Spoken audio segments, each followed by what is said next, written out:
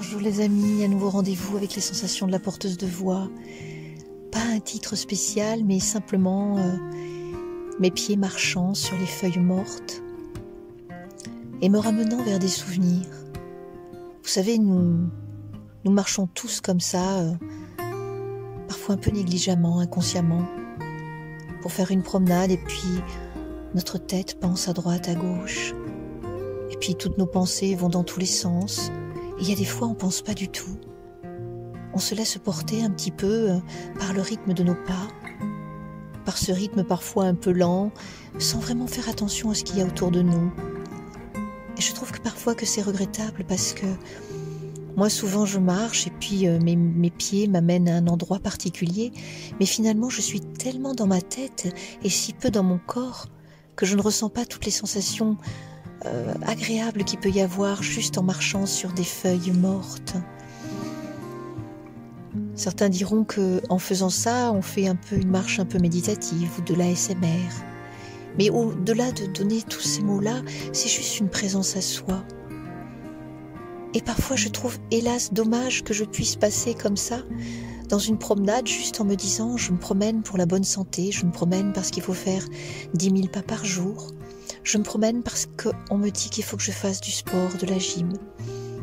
Et aujourd'hui, j'ai décidé finalement de marcher en conscience, mais pas d'une manière méditative ou comme ça pourrait être appelé par les bouddhistes. Juste la conscience et la chance de pouvoir marcher sur mes deux jambes.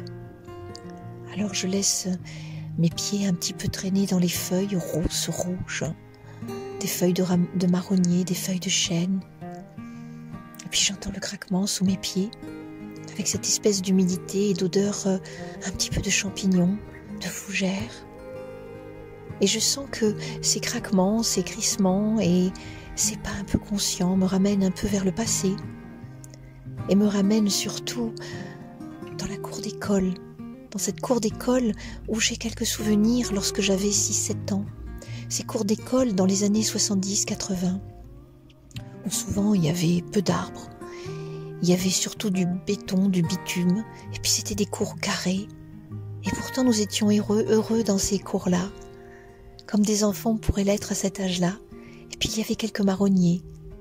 Et je me souviens que nous jouions soit aux billes, soit nous jouions avec les bocs de marron. Je les revois encore, ces bocs de marron, assez épaisse qu'on ouvrait avec tous ces piquants, on faisait attention pour sortir finalement au-delà de cette croûte un peu épaisse, le joli marron tout brillant, tout naissant et nous étions tout heureux avec tous ces marrons dans les mains. Et puis je me souviens que nous pouvions les caresser longuement, comme si c'était des objets un peu magiques. Et puis nous les échangions, ces bogues de marron, nous échangions aussi ces marrons dans la cour d'école. Je me souviens aussi de ces premiers jours de rentrée, quand papa et maman nous avaient acheté, vous savez, les chaussures de rentrée. À mon époque, étant née en 68, eh bien, il y avait la grande mode des kickers. J'avais droit à 2 paires de chaussures de kickers. J'avais droit à une paire en été et j'avais droit à une paire juste à la rentrée scolaire au mois d'octobre. J'adorais ce moment-là parce que nous achetions les nouveaux manteaux, nous achetions les kickers. Alors il pouvait y avoir aussi des chaussures moins chères. Peut-être que les gens de ma génération retrouveront ça.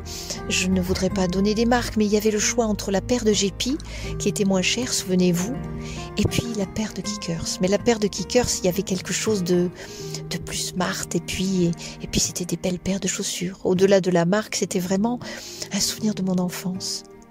Et souvent, ces paires de kickers, elles étaient en peau retournée, un peu veloutée. Un peu comme si on caressait effectivement aussi ce marron. Et je me souviens que souvent, les premiers jours comme ça de rentrée, on faisait souvent connaissance. On pouvait jouer avec toutes ces bogues autour de nous. On pouvait jouer avec ces feuilles de marronnier qui déjà commençaient à jaunir. C'était vraiment des moments très agréables. Et puis on jouait aux billes. Ceux qui avaient de la chance avaient des billes de verre, et puis les autres avaient des billes de terre. Mais ça n'avait pas d'importance. Et puis on se mélangeait les uns aux autres, filles et garçons. On pouvait jouer aussi bien aux billes qu'aux cow-boys ou aux indiens, ça n'avait pas d'importance. Et je revois en fond cet air frais du début de l'automne, cette rentrée scolaire avec ses odeurs très particulières, avec ses petits pupitres de bois, avec ses petites chaises de bois. Et moi, à l'époque, j'avais eu la chance de pouvoir faire 3 ans à l'école Montessori. Et donc, je me souviens quelques bribes où on pouvait s'asseoir par terre, où nous étions tous à l'aise et à notre rythme. Et puis, je me souviens aussi de ces poêles, ces fameux poêles à mazout qui pouvaient sentir, où on pouvait avoir très très chaud l'hiver, et puis quand c'était éteint, on pouvait avoir très froid. Je ne sais pas si vous en souvenez, les gens de ma génération, ceux qui sont nés dans les années 65, 68, 70. Et je me souviens qu'on pouvait se mettre à côté de ce poêle à mazout, ça sentait, il y avait une odeur. Et en même temps, il y avait comme des souvenirs. On n'avait pas les ordinateurs à l'époque. Donc on utilisait bien entendu beaucoup les feuilles, les papiers. Mais il y avait quelque chose de lent, de long. J'aimais bien ce rapport un petit peu au papier. Quand on écoute effectivement un crayon, ou bien quand on entend un stylo bille ou un stylo à encre, il y a quelque chose de très rassurant quand on entend ces espèces de petits, vous savez, comme on va dire en ASMR sur le papier, ce bruit du crayon, du stylo sur le papier, avec vraiment quelque chose de très réconfortant, qui nous mettait presque à égalité, où nous n'avions pas besoin pour l'écriture d'aller trop vite. Nous allions tous chacun à notre rythme, et puis les lettres étaient faites également ou inégalement. Certains écrivaient mieux que d'autres, mais ça n'avait pas d'importance. Alors que maintenant, sur l'ordinateur, nous gagnons effectivement en vitesse, nous gagnons en perfection, mais nous n'avons plus ce même plaisir de la lenteur, nous n'avons plus ce même plaisir des lettres qui sont peut-être un petit peu écrites d'une manière passable, un peu gribouillées, un peu plates, mais au fur et à mesure que nous écrivions, eh bien, à force de faire ces lignes-là, que je pouvais trouver rébarbatives à cet âge-là, eh bien, tout doucement, nous voyions chacun que notre écriture s'améliorait. Heureusement, cela est encore fait maintenant, même si dans les foyers, les ordinateurs prennent la place et permettent d'aller plus vite pour gagner du temps pour certaines choses, mais gardons et conservons en nous cette application de l'enfant face à l'écriture, cette application de l'enfant qui veut faire plaisir à la maîtresse et qui pour certains avait encore des fonctionnements un petit peu raides, tenant mal le crayon, ayant des taches d'encre partout. Ça n'a pas d'importance. Et souvenons-nous aussi de ces tableaux de craie, on en mettait partout aussi, mais il y avait vraiment quelque chose de l'ordre de la lenteur dans tous ces fonctionnements-là. Et puis tout doucement, en continuant ma marche, eh bien je me souviens de tout ça avec un peu de nostalgie. Et comme en même temps j'ai repris un petit peu ce travail dans une école maternelle, eh bien je retrouve ces comportements-là, avec peut-être le tableau à craie en moins, mais avec les comportements où on retrouve les enfants qui jouent avec les feuilles, avec les bocs de marron. Et puis en sortant de là, dans ce grand parc qui jouxte l'endroit dans lequel je travaille, pouvoir marcher sur les glands, pouvoir marcher et entendre le crépitement des glands, le crépitement des feuilles. Et puis tout doucement, mes pas reviennent habiter mes pieds. Mon regard revient habiter mes yeux. Et puis je m'étouffe dans mon manteau avec ce petit froid qui vient de se lever aujourd'hui à 10 degrés. Et puis je regarde toutes ces couleurs. J'écoute à nouveau mon pas sur ces feuilles. J'habite à nouveau mon corps, j'habite à nouveau le chemin que je reprends, avec cette espèce de danse qui fait un aller-retour de mes pensées entre le passé et puis le présent. Le futur n'a pas eu de place.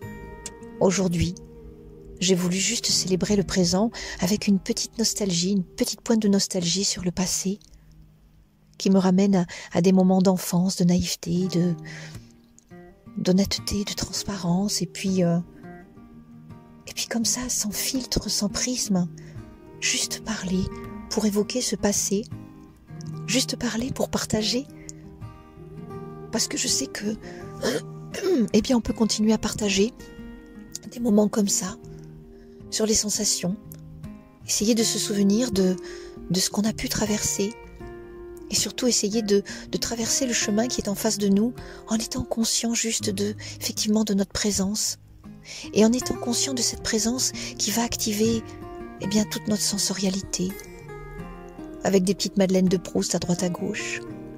Merci de m'avoir écouté et je vous souhaite vous aussi de continuer à marcher sur ces feuilles, sur ces bogues, sur ces chatons, sur ces glands, comme un petit retour de l'enfant que nous étions dans nos cours d'école, avec ces jeux si simples, ces mémoires si simples, et puis cette vie qui semblait si simple. Merci.